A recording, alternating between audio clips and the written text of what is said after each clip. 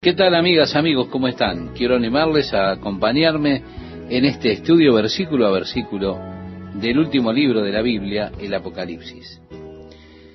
En la parte de más arriba, en mi Biblia, hay un título que dice La revelación de San Juan. Algún hombre lo puso así, pero eso está equivocado. Lo que nos dice el primer versículo de este libro es precisamente la revelación de Jesucristo, no de San Juan. Esta es una de las claves de este libro. El libro de Apocalipsis es la revelación de Jesucristo y habla del futuro de Jesucristo.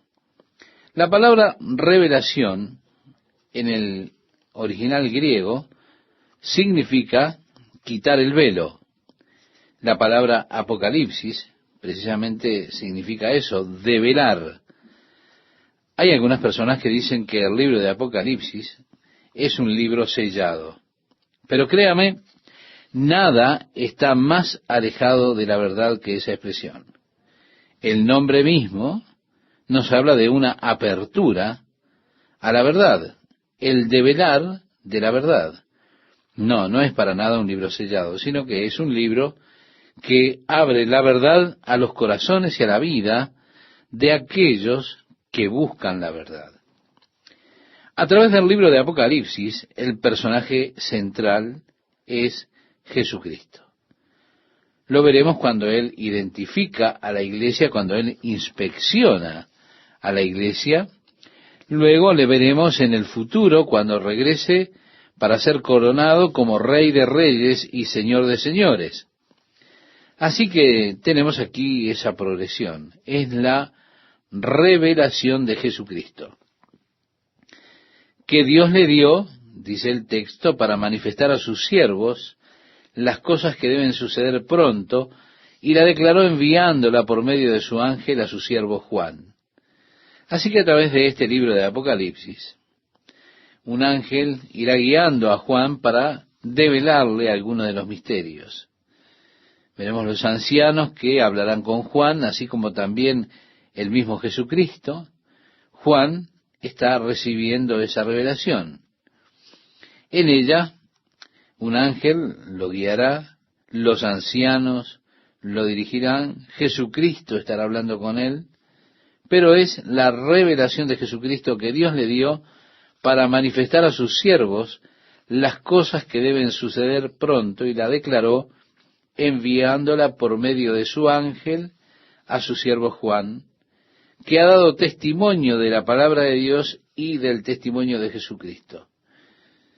Juan sintió que su ministerio era el de dejar un registro de Jesús, y de allí todas las cosas que has visto, como dice el versículo 2.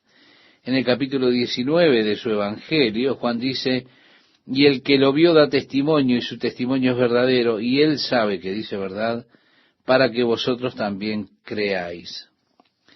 Así que él escribió estas cosas en el Evangelio para que usted pudiera creer que Jesús es el Mesías, y para que creyendo tenga vida por medio de Jesucristo, la vida eterna. En su primera carta él dice: lo que era desde el principio, lo que hemos oído, lo que hemos visto con nuestros ojos, lo que hemos contemplado y palparon nuestras manos tocante al verbo de vida, lo que hemos visto y oído, eso os anunciamos, para que también vosotros tengáis comunión con nosotros, y nuestra comunión verdaderamente es con el Padre y con su Hijo Jesucristo. Esto lo escribió en su primera carta, en el capítulo 1, versículos 1 al 3. Así que el Evangelio fue escrito para que usted pueda creer que Jesús es el Mesías. Esta carta que hemos mencionado por último fue escrita para que usted pueda tener comunión con el Padre y su Hijo Jesucristo, lo que le trae a usted el gozo total. Luego, en el cuarto capítulo de su primera carta, la primera carta de Juan, él dice: y nosotros hemos visto y testificamos que el Padre ha enviado al Hijo, el Salvador del mundo. Eso dice en el capítulo 4, verso 14. Es que Juan siempre está dejando algún registro, siendo testigo, por supuesto, de lo que él vio, lo que escuchó, lo que él experimentó mientras caminó con Jesús, mientras Jesús estuvo aquí en la tierra. Una bendición se nos da en el versículo 3 de Apocalipsis, que usted puede leerla. Dice, bienaventurado el que lee y los que oyen las palabras de esta profecía y guardan las cosas en ella escritas, porque el tiempo está cerca. Sí, bienaventurado, es decir, muy feliz, muy dichoso por leer, por escuchar y por guardar, obedecer las cosas que están escritas aquí. Al leer usted será bienaventurado, también lo será al escuchar, pero lo más importante es cuando usted obedezca, usted será muy feliz, será bienaventurado. El tiempo está ahí al alcance de la mano, como hemos ya mencionado antes. La iglesia primitiva creía que Jesús habría de regresar en aquellos días, en aquella generación. Juan está escribiendo esto aproximadamente en el año 96 de nuestra era, y había rumores en la iglesia de que Jesús habría de regresar antes de que Juan muriera. Note usted, las cosas que deben suceder pronto, decía Juan, en este versículo que hemos leído. Aquí en el versículo 3 también dice, el tiempo está cerca. En realidad, como Pedro nos dice acerca de la segunda venida de Jesús, expresó, en los postreros días vendrán burladores andando según sus propias concupiscencias y diciendo, ¿dónde está la promesa de su advenimiento? Porque desde el día en que los padres durmieron, todas las cosas permanecen así como desde el principio de la creación. Ahora, también dijo Pedro, el Señor no retarda su promesa, según algunos la tienen por tardanza, sino que es paciente para con nosotros, no queriendo que ninguno perezca, sino que todos procedan al arrepentimiento. Esa es la razón.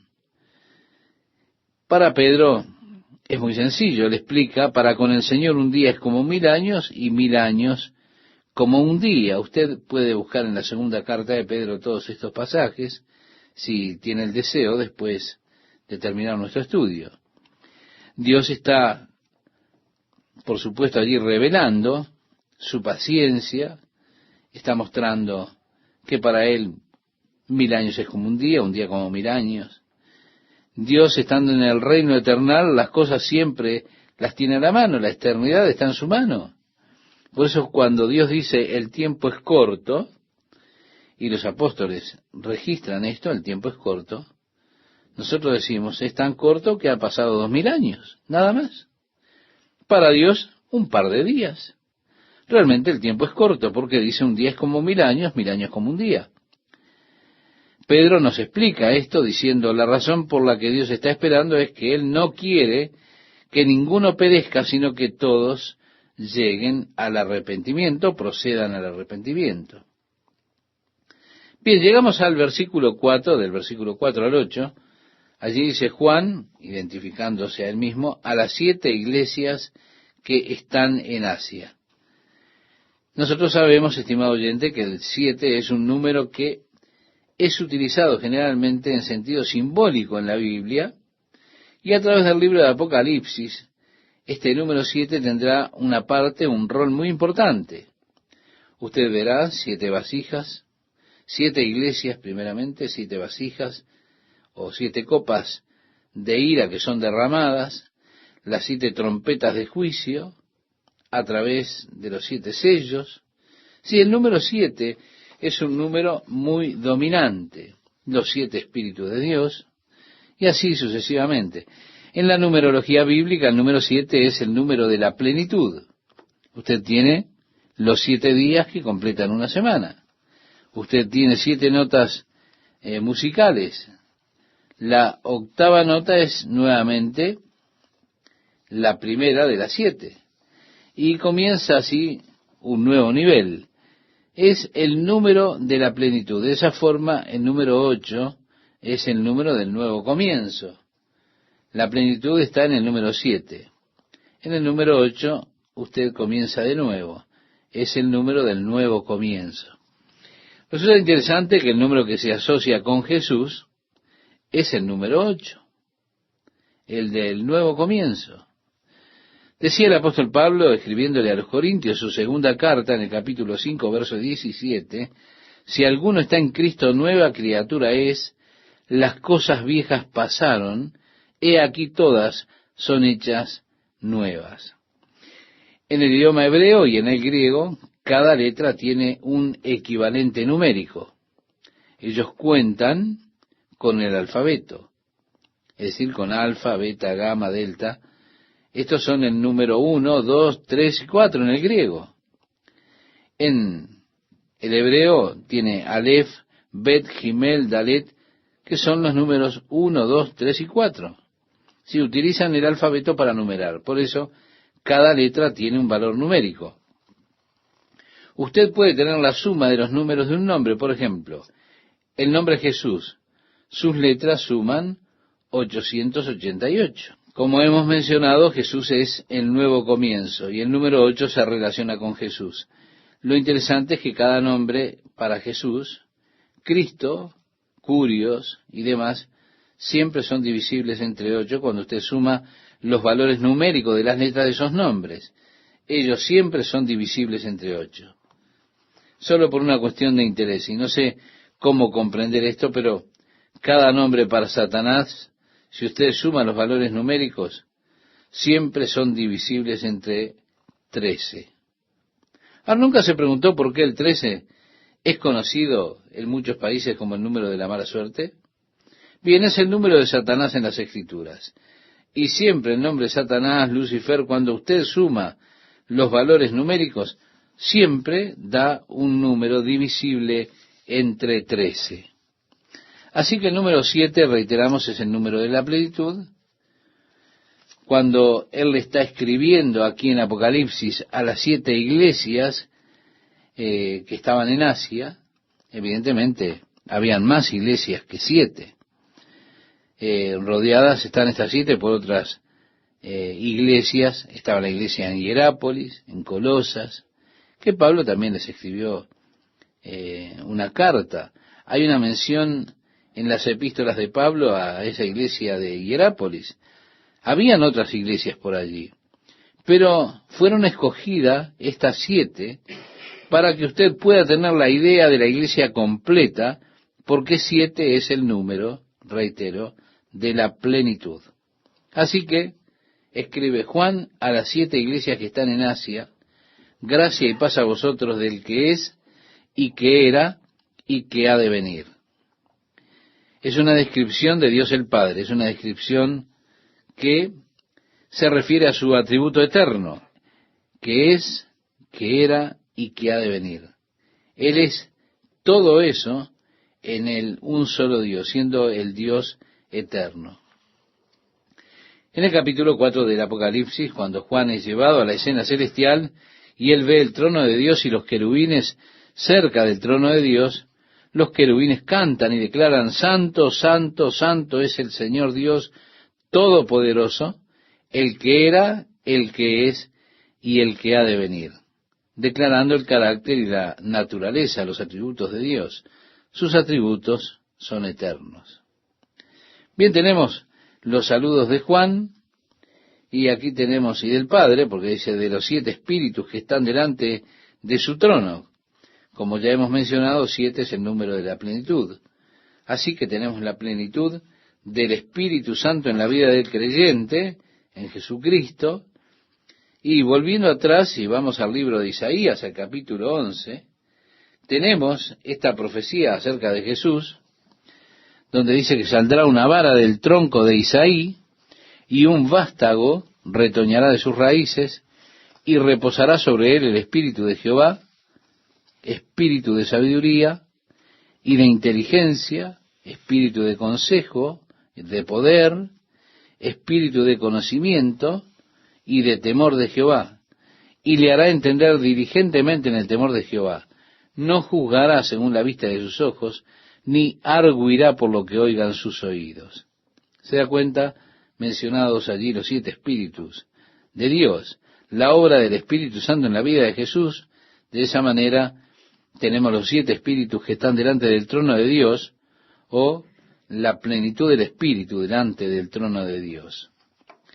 El verso 5 dice, y de Jesucristo. Esto es interesante. Juan nos dice 7 cosas acerca de Jesucristo. El testigo fiel, el primogénito de los muertos, y el soberano de los reyes de la tierra, al que nos amó, nos lavó de nuestros pecados con su sangre, y nos hizo reyes y sacerdotes para Dios su Padre. A Él sea gloria e imperio por los siglos de los siglos. Amén. Vio 7 cosas que se declaran de Jesucristo. Primero, Él es el testigo fiel. ¿Fiel de qué? Él es el testigo fiel de Dios. Jesús le dijo a Felipe, en respuesta a su súplica, cuando él dijo, Señor, muéstranos al Padre y nos basta, Jesús le dijo, tanto tiempo hace que estoy con vosotros y no me has conocido, Felipe. El que me ha visto a mí, ha visto al Padre. ¿Cómo pues dices tú, muéstranos el Padre? En el Evangelio de Juan, capítulo 14, versos 8 y 9, usted lo puede leer. Si Él es un testigo fiel del Padre. Si usted quiere saber cómo es Dios, cómo es el Padre, usted puede observar a Jesús y en Él usted verá, comprenderá al Padre. Él dijo, el Padre y yo, uno somos. Sí, Él es el testigo fiel del Padre. Jesús le dijo a los discípulos, en el libro de los Hechos, capítulo 1, verso 8, recibiréis poder cuando haya venido sobre vosotros el Espíritu Santo, y me seréis testigos en Jerusalén, en toda Judea, en Samaria, y hasta lo último de la tierra. Así como Jesús fue un testigo fiel del Padre, debemos nosotros ser testigos fieles de Jesucristo. Eso solo es posible a través del poder del Espíritu Santo. Es recién allí que podemos ser esos testigos de Jesucristo, no solo por nuestras palabras, sino con la vida misma, que el modo en que vivo evidentemente es el testimonio más poderoso que puedo darle al mundo de Jesucristo. Así que Jesús es el testigo fiel del Padre, pero también dice, Él es el primogénito de los muertos, vale decir, el primero que resucitó de la muerte con un cuerpo glorificado. Sí, hubo otro en el Antiguo Testamento y también en el Nuevo Testamento hubieron otros que fueron resucitados de los muertos. Jesús resucitó al hijo de la viuda de Naín, resucitó a Jairo, o a la hija de Jairo, Él resucitó a Lázaro de la muerte, pero resucitaron con el mismo cuerpo, después tuvieron que morir otra vez. Jesús es el primogénito de los muertos en ese nuevo cuerpo, el cuerpo resucitado, el cuerpo de gloria, ese cuerpo que no muere jamás, el primogénito de los muertos. Él es el soberano de los reyes de la tierra, dice también allí. Cuando Él regrese, sobre sus vestiduras estará escrita la declaración Rey de Reyes y Señor de Señores. ¿Sí? Él es el Rey sobre todo. Luego dice al que nos amó. Jesús dijo a sus discípulos en el Evangelio de Juan, capítulo 15, verso 13, ninguno tiene mayor amor que este, que uno ponga su vida por sus amigos. Él nos amó y puso su vida por nosotros. Al que nos amó, y porque Él nos amó, dice ahora, y nos lavó de nuestros pecados con su sangre. Juan dice en su primera carta, la sangre de Jesucristo su Hijo nos limpia de todo pecado. En el capítulo 1, verso 7 de su primera carta dice esto. Sí, nos ha lavado, nos limpió de nuestros pecados con su propia sangre. Luego dice, nos ha hecho reyes y sacerdotes, real y literalmente, porque es un reino de sacerdotes. Jesús es el Rey y nosotros somos también reyes y sacerdotes con Él. Esto evidentemente será lo que vivamos en la era milenial, cuando llegue ese reinado de Cristo. Seremos un reino de sacerdotes ante nuestro Dios. Luego tenemos, a Él sea gloria e imperio por los siglos de los siglos. Quiero decirle, este es el término más fuerte que usted pueda utilizar en el idioma griego para eterno, por los siglos de los siglos. Amén. Luego tenemos la declaración, cuando Jesús le habla a Juan, Él le dice, yo soy el alfa y la omega, principio y fin, dice el Señor, el que es y que era y que ha de venir, el Todopoderoso. Bien, alfa, por supuesto, es la primera letra del alfabeto griego, omega es la última letra de este alfabeto. Él está diciendo, yo soy el todo, soy completo, soy la A y la Z, podríamos decir, en nuestro idioma, y todo lo que hay entre medio. La plenitud del Señor, sí, Él es el principio y el fin, el comienzo y el final, el que es, el que era, el que ha de venir, Él es el Dios Todopoderoso. ¿Qué tal, amigas, amigos? ¿Cómo están? Juan comienza dando su visión, esa visión que tuvo al principio. Él dice, yo Juan, vuestro hermano, y copartícipe en la tribulación, en el reino y en la paciencia de Jesucristo, estaba en la isla que es llamada Patmos, por causa de la palabra de Dios y el testimonio de Jesucristo. Estimado oyente, creo que es de notar que Juan se llama a sí mismo hermano, vuestro hermano, es decir, un compañero suyo, un hermano suyo. A las personas del día de hoy especialmente les gustan los títulos que les dan, títulos que los eleven sobre los demás. Desafortunadamente ese negocio de los títulos ha infectado la iglesia y encontramos al reverendo tal o el reverendo cual o cosas por el estilo. Aquí está Juan, el último apóstol sobreviviente. Él ni siquiera habla de sí mismo como Juan el apóstol. Él dice, yo Juan, vuestro hermano, y copartícipe vuestro. Nosotros necesitamos saber que cuando estemos delante del Señor, todos estaremos de igual manera.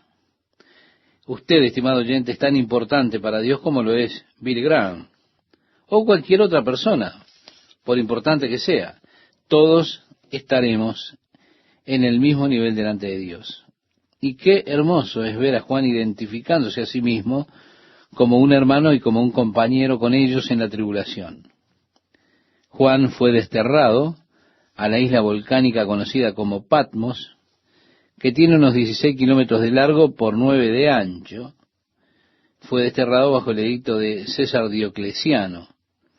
Juan había sido, por supuesto, desterrado de Jerusalén. Ellos escaparon cuando Tito Trajano vino a destruir Jerusalén. Vino y destruyó el templo en la ciudad. Juan se fue a Éfeso, donde fue líder de la iglesia. Sin duda, supervisaba las iglesias de Asia y toda el área alrededor de Éfeso, en lo que al día de hoy se conoce como Turquía. Juan se ve a sí mismo como un compañero en la tribulación. Es de notar que no está haciendo referencia a la gran tribulación que estudiaremos cuando avancemos en el libro de Apocalipsis, especialmente cuando lleguemos al capítulo 6.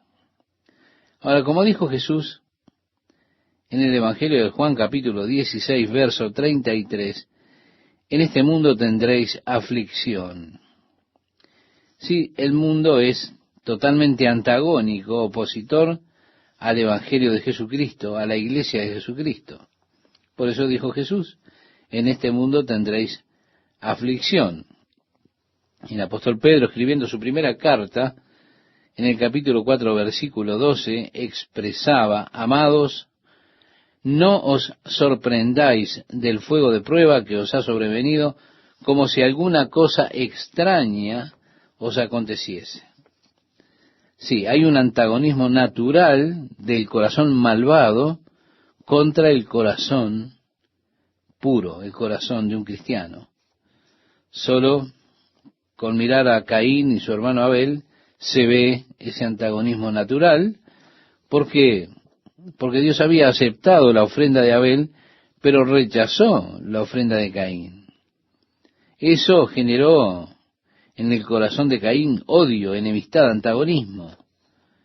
La iglesia, en aquel tiempo, en la era de los apóstoles, en el primer siglo, enfrentaba una persecución dura.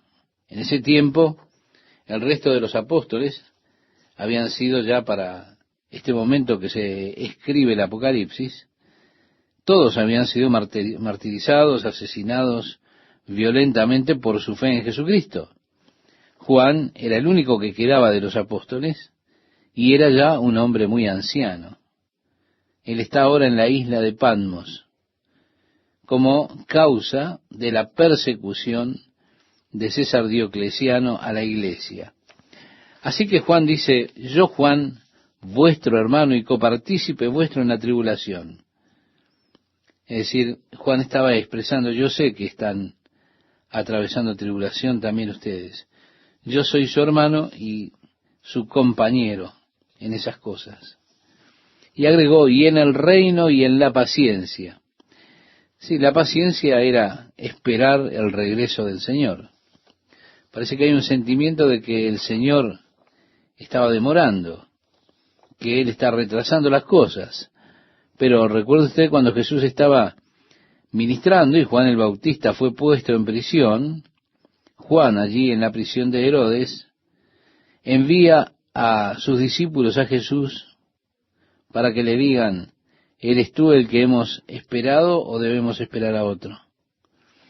En otras palabras, Juan el Bautista le estaba mandando a decir, ¿cuándo te vas a mostrar? ¿Cuándo te vas a hacer cargo? ¿O cuándo vas a establecer el reino? Como diciendo, estoy cansado de estar sentado en esta prisión de Herodes. La idea era dejar que las cosas sucedieran, por supuesto. Siempre está esa clase de espera del Señor, incluso en el día de hoy. Estamos esperando por el Señor que Él regrese. Ahora, como dice también el libro de Hebreos, en el capítulo 10, verso 36, porque os es necesaria la paciencia para que habiendo hecho la voluntad de Dios obtengáis la promesa. Los santos del Antiguo Testamento, según relata este libro de Hebreos en el capítulo 6, versículo 12, habla de aquellos que por la fe y la paciencia heredan las promesas. Y así Juan está hablándole a los hermanos. Yo soy su compañero, soy su hermano, mientras esperamos pacientemente por Jesucristo. Y él dijo, estaba en la isla llamada Patmos por causa de la palabra de Dios y el testimonio de Jesucristo. Yo estaba en el Espíritu en el día del Señor y oí detrás de mí una gran voz como de trompeta. Yo estaba en el Espíritu en el día del Señor. Bueno, también se pudo haber puesto, yo fui en el Espíritu al día del Señor. Sí, él está diciendo, yo estaba en el Espíritu en el día del Señor. Él está hablando del día domingo en el cual él estaba en espíritu, en su corazón, en su mente. Allí fueron llevados en esa condición, en el reino espiritual, para ver visiones y todo lo demás que le fue presentado. Yo personalmente me inclino más a la traducción, fui en el Espíritu al día del Señor. Eso es lo que tiene más sentido. Creo que Juan fue llevado por el Espíritu, a través del tiempo, hacia el día del Señor. Y él describe las cosas que ve. El día del Señor describe las cosas que están sucediendo en el cielo, y las cosas que están sucediendo en la tierra, en el día del Señor, el día de la gran tribulación. Él las describe como si fuera un observador, un espectador, alguien que está mirando esas cosas y las describe lo mejor que puede.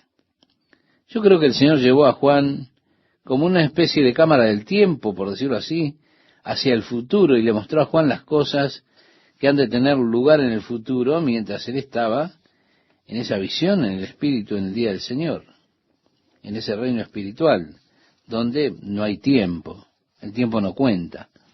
Así que en el reino del Espíritu, usted puede ver cosas que son de futuro, cosas que aún no han sucedido. ¿Por qué? Porque usted está fuera del dominio del tiempo cuando usted entra en ese reino del Espíritu. Usted deja el dominio del tiempo. Juan, en el Espíritu, fuera del dominio del tiempo, comienza a ver las cosas que habrán de suceder en el día del Señor. Dice, y oí detrás de mí una gran voz como de trompeta que decía, yo soy el Alfa y la Omega, el primero y el último. Escribe en un libro lo que ves y envíalo a las 7 iglesias que están en Asia, a Éfeso, Esmirna, Pérgamo, Tiatira, Sardis, Filadelfia y Laodicea. Y me volví para ver la voz que hablaba conmigo, y vuelto, vi 7 candeleros de oro, y en medio de los 7 candeleros, a uno semejante al Hijo del Hombre, vestido de una ropa que llegaba hasta los pies, y ceñido por el pecho con un cinto de oro. Su cabeza y sus cabellos eran blancos como blanca lana, como nieve.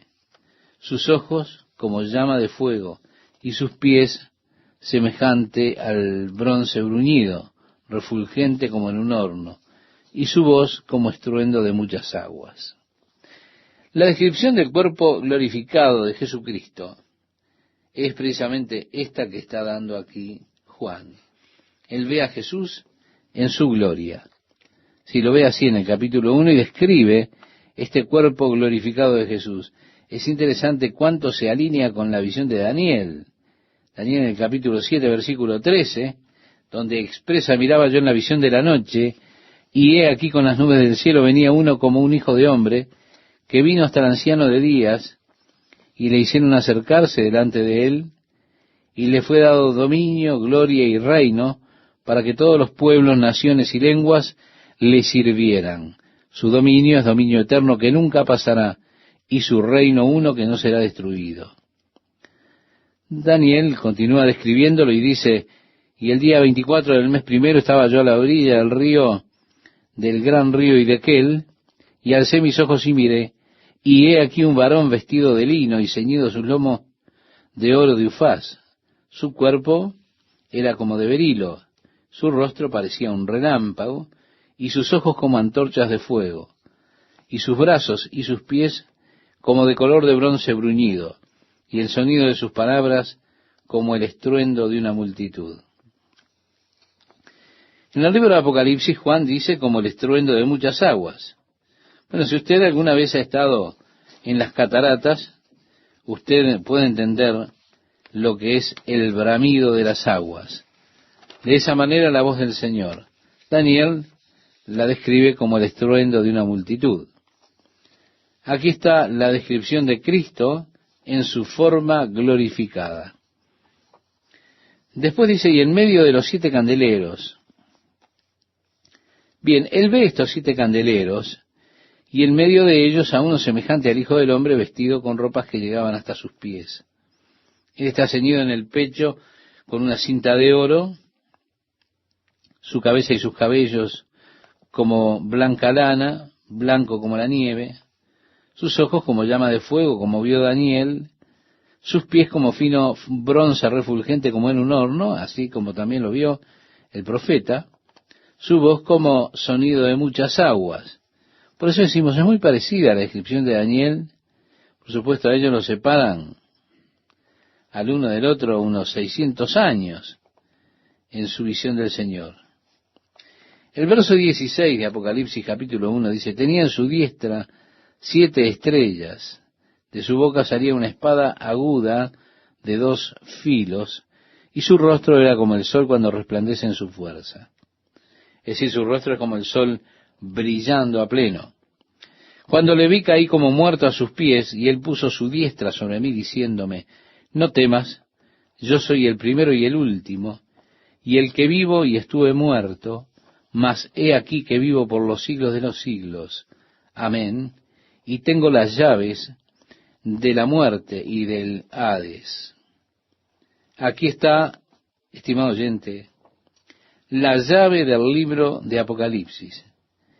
creo que es uno de los versículos más importantes para develar el misterio de este libro.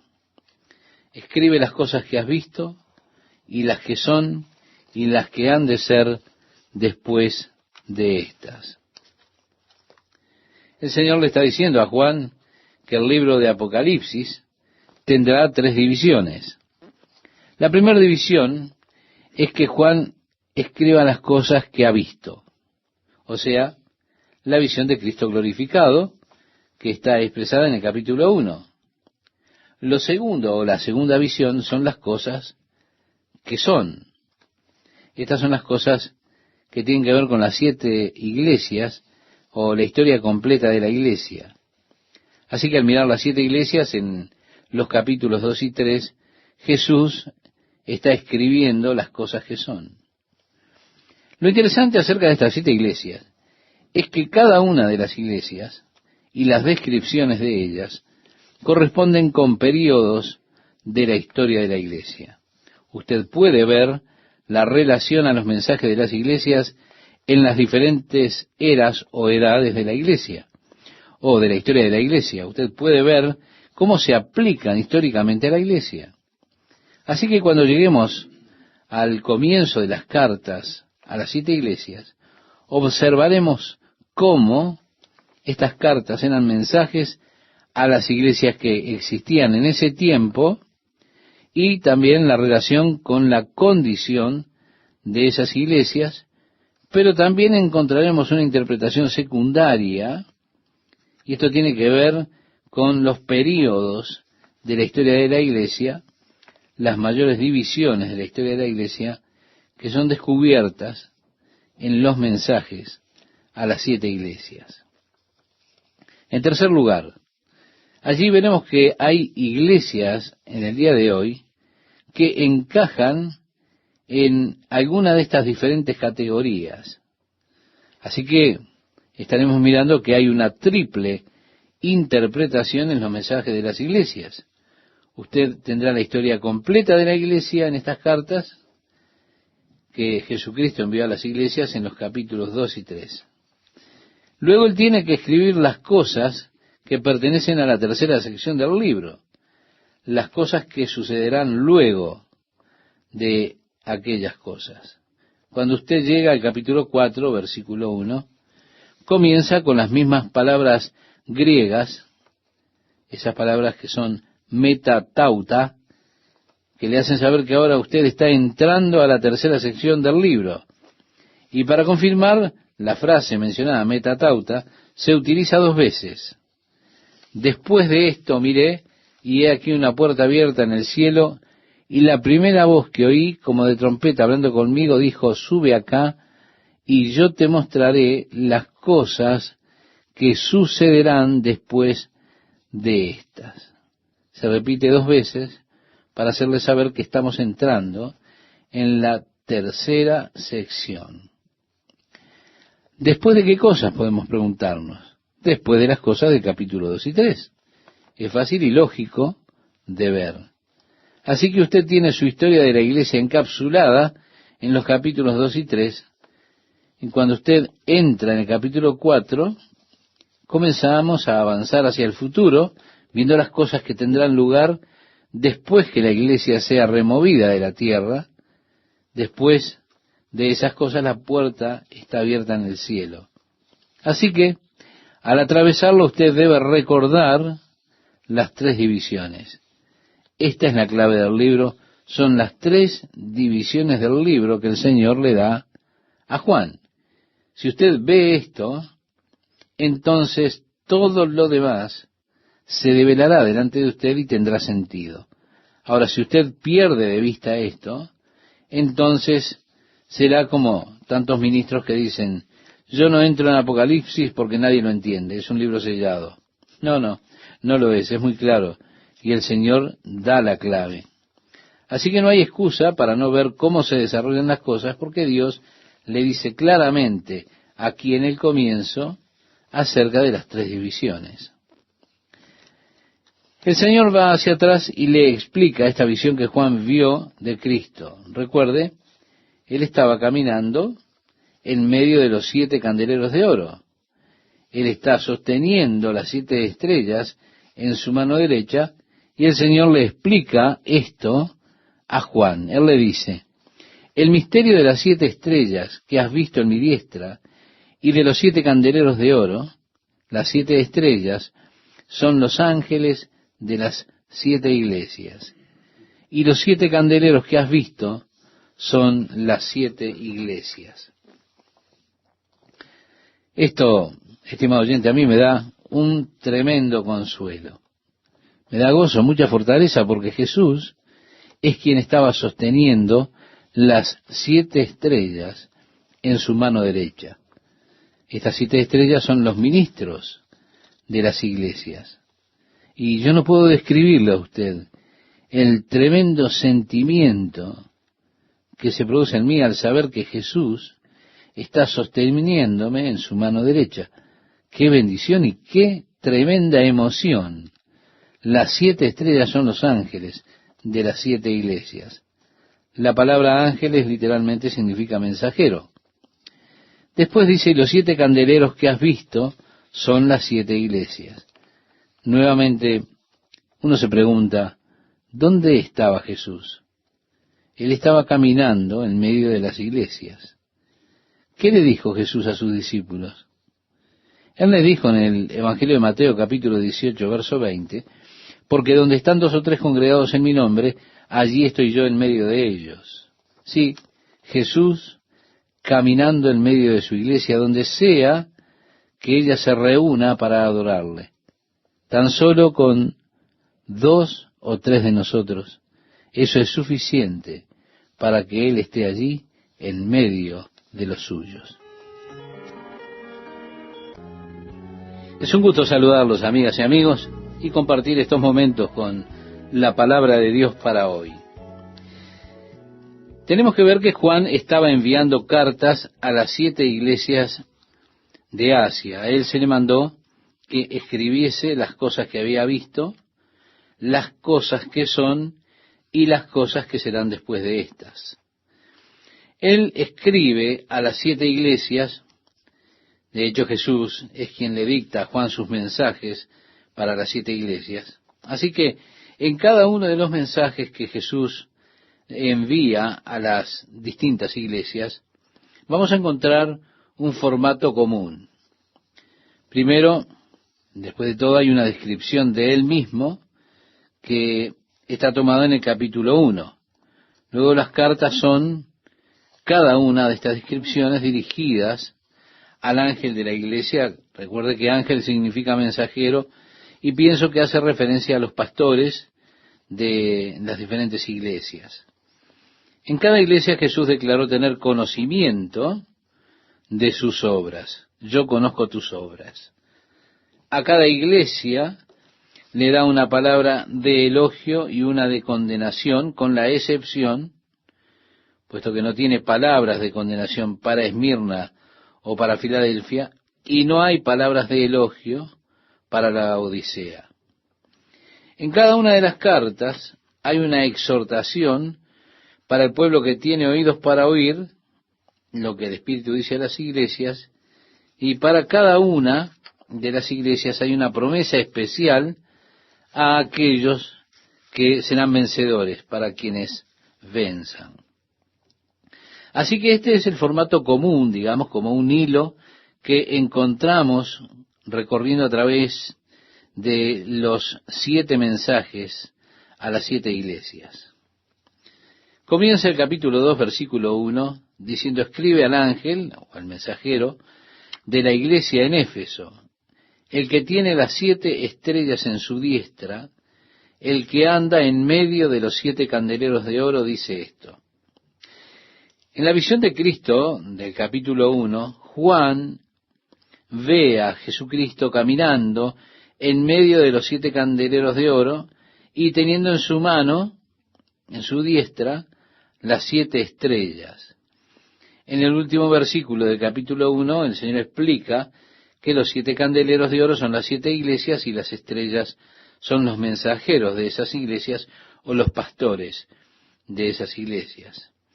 reconfortante realmente saber que Él está sosteniendo sus mensajeros en su mano derecha. Allí encontramos en el capítulo 1 esta descripción de Jesús. Jesús usa esto identificándose como el autor de esta carta dirigida a la iglesia en Éfeso. Y le dice: yo conozco tus obras y tu arduo trabajo y paciencia. Bien, la condenación a la iglesia de Éfeso. Aquí estamos hablando de sus obras, su labor, su paciencia. Estas son grandes cosas que tenía la iglesia, son grandes atributos de la iglesia. Una iglesia que está trabajando para el Señor. Ahora, entendemos que no es por nuestras obras que somos justos. Eso lo dice la palabra de Dios. No es por nuestras obras que somos salvados. Pero ¿no es esta la condenación de la iglesia en Éfeso? Lo mucho que trabajaba. Claro que no. Es verdad que cuando una persona es verdaderamente salvada, es un verdadero hijo de Dios, la evidencia de ser salvado es la manifestación de las obras que aparecen en ese corazón que ha sido regenerado. Por eso el Señor declara que Él conoce sus obras, Él conoce su trabajo, Él conoce su paciencia. Otro elogio. Y que no puedes soportar a los malos, y has probado a los que se dicen ser apóstoles y no lo son, y los has hallado mentirosos. Así que no había algo que fuera, digamos, un compromiso de la iglesia con estas personas. Es más, ellos no toleraban a los malvados. Una de las debilidades de la iglesia de nuestros días es el hecho de que hemos comenzado a tolerar las malas prácticas. Aquellos que se dicen ser apóstoles y no lo son. Estamos bajo tremenda presión de aceptar impiedad no escritural hecha por personas que quieren forzarnos a reconocer sus derechos a ser alguien, y de hecho tratando de silenciarnos de decir algo en contra del mal. Es muy común en nuestros días. La iglesia de Éfeso no era una iglesia comprometida, no toleraba a los que eran malos. Desafortunadamente, al movernos en la historia de la iglesia, encontramos esas iglesias que se comprometieron precisamente en estos asuntos. Éfeso era una iglesia que discernía, es decir, examinaban a los que decían que eran apóstoles y no lo eran. Les encontraban que eran mentirosos, eran personas que discernían. Simplemente no aceptaban a una persona por lo que ella proclamaba ser, sino que la ponían a prueba, asegurándose de que en verdad eran lo que decían ser. Tenemos casi una repetición ahora en la carta a Éfeso, porque el Señor le dice: y has sufrido, y has tenido paciencia, y has trabajado arduamente por amor de mi nombre, y no has desmayado. Así que es una observancia, por decirlo de alguna manera, externa. Una iglesia muy bien organizada, con muy buen funcionamiento. Parecería como que todo estaba en orden. Mirándola uno diría: por Dios, qué gran iglesia. Miren las obras, los trabajos, los que se hacen la obra social, la influencia que tiene en la comunidad, la fidelidad. Con todo, el Señor dijo: pero tengo contra ti que has dejado tu primer amor. Así que, aunque ellos tenían todos estos movimientos, les faltaba lo que podríamos llamar la emoción vital.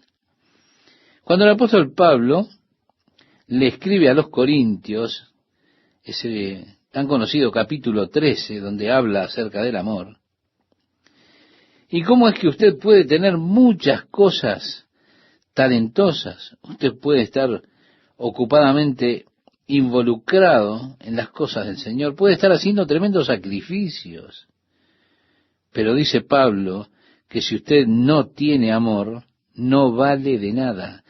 Todo es sin sentido. La más grande característica de la vida cristiana, lo más grande es el amor. No hay nada que pueda exceder al amor. ¿Por qué? Porque Dios es amor. Y Dios nos ha mandado que le amemos a Él de todo corazón, con toda nuestra mente, alma y fuerzas, pero nos ha mandado que nos amemos los unos a los otros, así como Él nos ha amado. Así que, ¿cuál es el servicio que estoy rindiendo para Dios? ¿Qué obras hago para Él? Bien, detrás de todas esas obras debe estar la motivación del amor. Pablo habló a los que estaban en Roma, que estaban siendo motivados por los celos, motivados por la envidia. Y Pablo dijo que verdaderamente esto no le preocupaba mucho, en tanto que Cristo fuese predicado, y en eso se regocijaba. Pero cuando usted se para delante de Dios en aquel día, y de hecho, como cristianos, para que nuestras obras sean juzgadas, allí está Jesucristo, y se dice de la manera en que fueron hechas esas obras. Básicamente, en lo que seremos juzgados nosotros, no seremos juzgados para enjuiciarnos, para la perdición, no, eso ya pasó. Serán juzgadas nuestras obras por la motivación que hubo detrás de ellas. ¿Se da cuenta?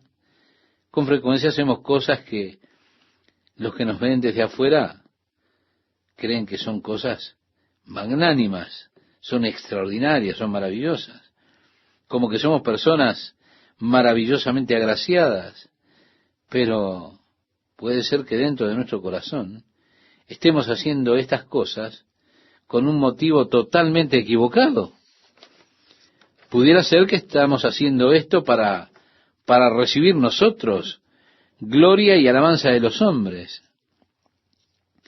Jesús en el Sermón del Monte dijo en el capítulo 6 de Mateo: guardaos de hacer vuestra justicia delante de los hombres para ser vistos de ellos. Es decir, que no sea ese el motivo. Él habló acerca de cómo las personas con frecuencia oraban, pero en su pensamiento lo que tenían era el hecho de impresionar a las otras personas con su espiritualidad. Como cuando ofrendaban, era para impresionar a las personas por su gentileza, como si ese fuera el motivo. Y Cristo dijo: de cierto os digo que ya tienen su recompensa. Es decir, en recibir la gloria, el reconocimiento, el aplauso del hombre, bueno, saboréalo bien, porque esto es lo único que habrás de tener, que habrás de recibir, porque de Dios no vas a recibir nada.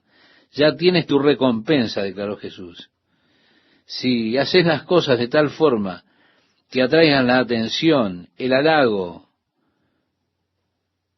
hacia ti, para que te observen a ti y te alaben a ti, ya tienes tu recompensa. Jesús dijo: así alumbre vuestra luz delante de los hombres, para que vean vuestras buenas obras, y no que te glorifiquen a ti mismo, sino que dijo Jesús: y glorifiquen a vuestro Padre que está en los cielos. En Mateo capítulo 5, verso 16, lo podemos encontrar. Es importante darse cuenta que un día nuestras obras serán juzgadas y se verá de qué clase son y por qué están motivadas. Si están motivadas por el amor, esa es la única obra que Dios aceptará. Es la obra motivada por el amor.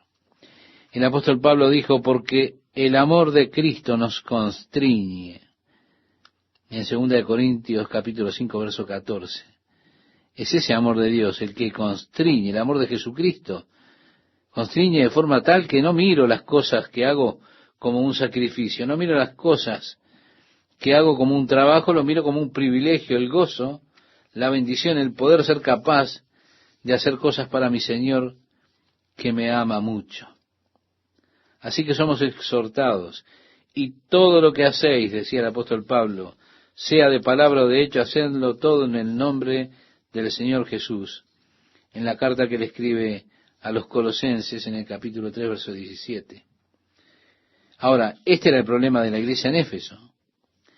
Las obras, el trabajo, la paciencia no eran motivadas por el amor. Habían otras motivaciones que habían comenzado en esa iglesia. Así que el Señor le habla a esta iglesia, le escribe para corregir esa situación de Éfeso. Y la corrección viene primeramente, como dice el verso 5 de Apocalipsis capítulo 2. Recuerda, por tanto, de dónde has caído y arrepiéntete. ¿De dónde cayó? Del primer amor. Recuerda el primer amor. Ahora, note que el Señor no dijo, has perdido tu primer amor. No, no, usted no lo pierde. Usted lo deja. Algunos dicen, bueno, he perdido mi amor por ellos. No, no, usted no lo perdió. Usted lo dejó, usted deja el primer amor. Así que el Señor dijo, recuerda, por tanto, de dónde has caído, y recuerde la respuesta original en su corazón cuando usted se dio cuenta que Jesús le amó y murió por usted, murió en su lugar, para darle perdón por sus pecados. Y la emoción que usted tenía, el gozo que usted sentía, ese deseo de seguir y servir a Jesucristo. Recuerda de dónde has caído y arrepiéntete. Significa esto lamentar, pero es algo más que eso. Porque la amargura no siempre es arrepentimiento. Pienso que probablemente cada persona en San Quintín está hoy arrepentida, pero no arrepentida por el crimen que cometieron, sino porque fueron tomados infraganti cometiendo el crimen. Hay una gran diferencia entre el dolor y las consecuencias y un dolor porque usted lo hizo para empezar. Es decir, hay un dolor que va más allá del hecho de que lo descubrieron, el dolor por haber hecho lo que hizo. Arrepentimiento santo, eso es lo que nos dice la Biblia, obras de arrepentimiento. Así que el arrepentimiento es dolor, pero también va acompañado de un cambio. Si hay verdadero arrepentimiento, estimado oyente, entonces también hay un cambio. Usted no vuelve y hace las mismas cosas de nuevo, sino que usted cambia, usted produce cambios en su vida. Así que el Señor le está llamando a cambiar la frialdad que había desarrollado en su relación con el Señor. Eso es lo que le pasaba a Éfeso. De lo que podríamos decir había una relación legal, porque con frecuencia las personas que están haciendo obras para el Señor, muchas veces están haciendo eso porque tienen como un sentido de obligación, o un sentido de servicio, o trágicamente un sentido muchas veces de querer obtener la salvación a través de las obras. Yo me siento muy apenado por esas personas que van por ahí de casa en casa vendiendo sus revistitas, porque ellos sienten de alguna forma que con esas obras pueden ganar su salvación. Y el apóstol Pablo le escribía a la iglesia en Éfeso, en el capítulo 2, versos 8 y 9, y decía, porque por gracia sois salvos por medio de la fe, y esto no es de vosotros, pues es don de Dios, no por obras para que nadie se gloríe, salvos por gracia, no por obras.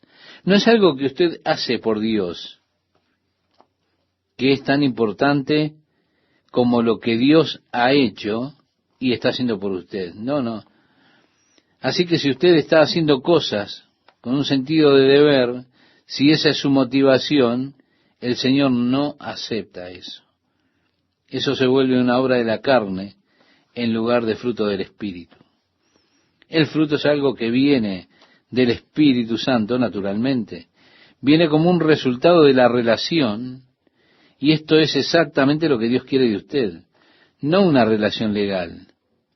Él quiere una relación de amor con usted y quiere que usted haga las cosas fluyendo ese amor en su corazón por Él. Una respuesta natural de su corazón, de su vida para Dios.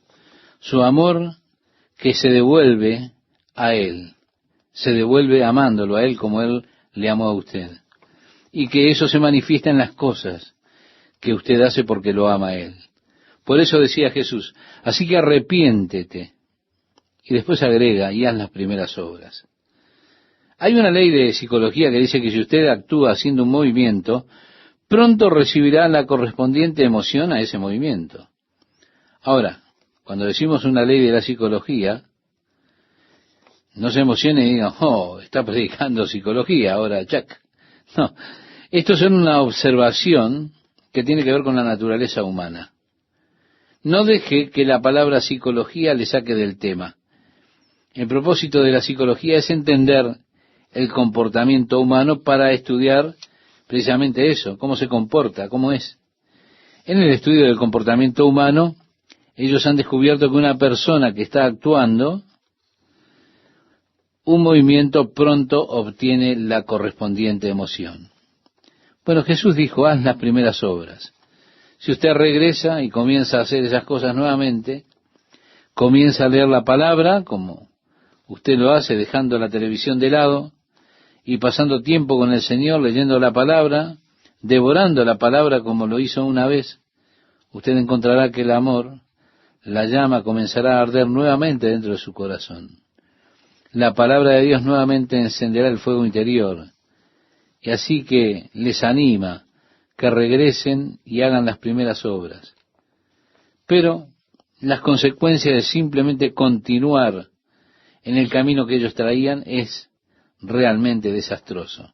Porque el Señor dijo, pues si no, es decir, si no te arrepientes, si no regresas a las primeras obras, vendré pronto a ti y quitaré tu candelero de su lugar si no te hubieres arrepentido. Nuevamente estamos volviendo al capítulo 1. Jesús estuvo caminando en medio de los 7 candeleros de oro. Lo que Jesús estaba, por decirlo de alguna forma, amenazando aquí, es que a menos que vuelvan a ese primer amor, las obras motivadas por el primer amor, en lugar de tener ese sentido de deber, una relación de amor con Él en lugar de una relación legal, a eso estaba haciendo referencia aquí el Señor. Él no quiere tener nada que ver con una relación legal. Él nunca quiere que usted sienta que tiene un lazo de deber, como que diga, tengo que hacer esto para el Señor. No, lo que Él quiere que usted diga es, deseo hacer esto para el Señor porque amo a mi Señor, le amo muchísimo. Estas son las obras que el Señor está buscando, las que fluyen de ese amor que se manifiesta en gran forma en su corazón, en su vida para Él. El Señor dijo que no estaría en una iglesia sin amor. Él no está interesado en todas las obras, la paciencia y el discernimiento. No le interesa nada si no hay amor detrás de eso. Por eso el Señor declara nuevamente, algunos, podríamos decir, algún plus. Pero tienes esto, que aborrecen las obras de los nicolaitas, los cuales yo también aborrezco.